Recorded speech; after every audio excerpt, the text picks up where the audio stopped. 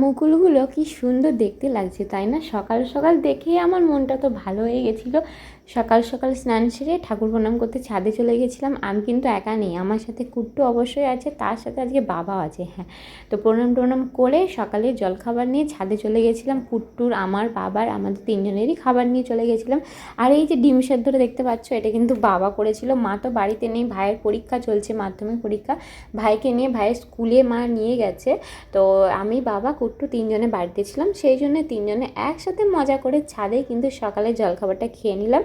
আর আমার কুট্টু দুষ্টুমি তো সারাদিন চলতেই থাকে। এই যে দিম্মি এসে গেছে, এবার দিম্মি পায়ে পায়ে ঘুরঘুর করবে, দিম্মির সাথে ঘুরু ঘুরু করতে যাবে, সেই কারণে দিম্মিকে ছাড়বে না।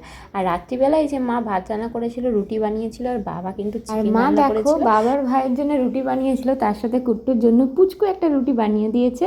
আর গরম গরম বাবার হাতের চিকেন রেডি হয়ে গেছে। রাতের ডিনারটা দারুণ জমে গেছিলো।